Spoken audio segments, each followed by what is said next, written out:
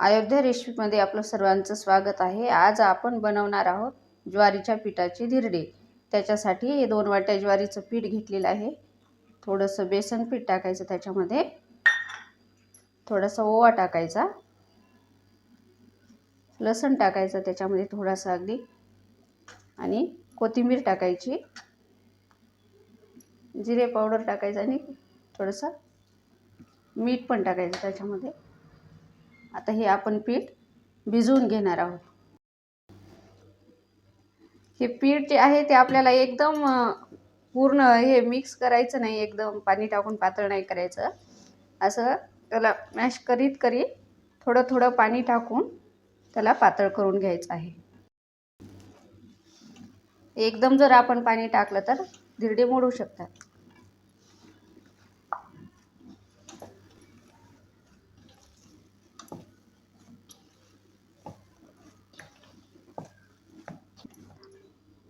असे थोडं थोडं पाणी टाकत त्याला पातळ करून घ्यायचं।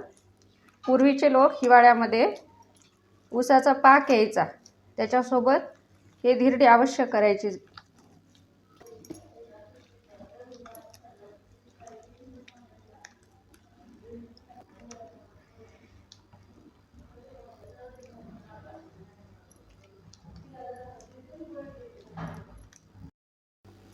हे बघा, अशा प्रकारे आपण हे पीठ मळून घ्यायचं आहे।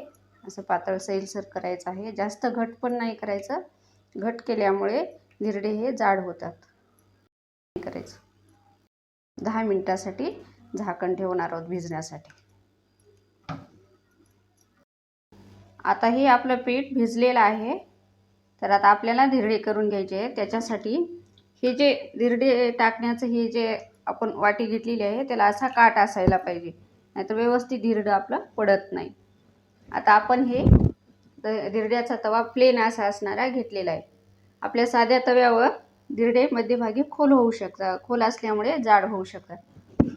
आता हे असं कांद्याच्या किंवा वांग्याच्या साहाय्याने असं आपण या तव्याला तेल लावून घेणार आहोत। तवा व्यवस्थित गरम होऊ द्यायचा।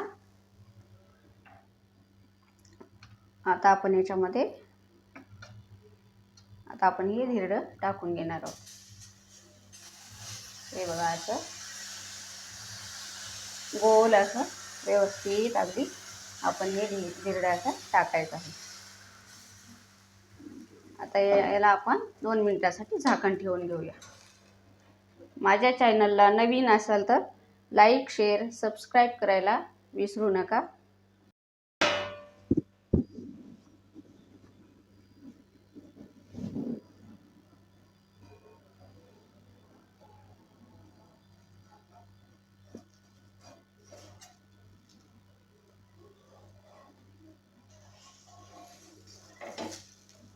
आता आपलं हे धिरडं व्यवस्थित झालेलं आहे। आता याला आपण उलटून घ्यायचं आहे। हे बघा, हे एकदम छान असं धिरडं आपलं झालेलं आहे।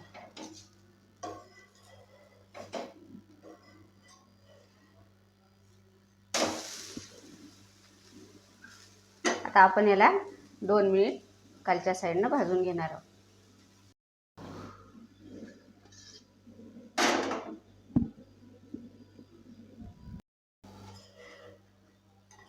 हे बघा, अशा प्रकारे आपलं आता हे धिरडं झालेलं आहे।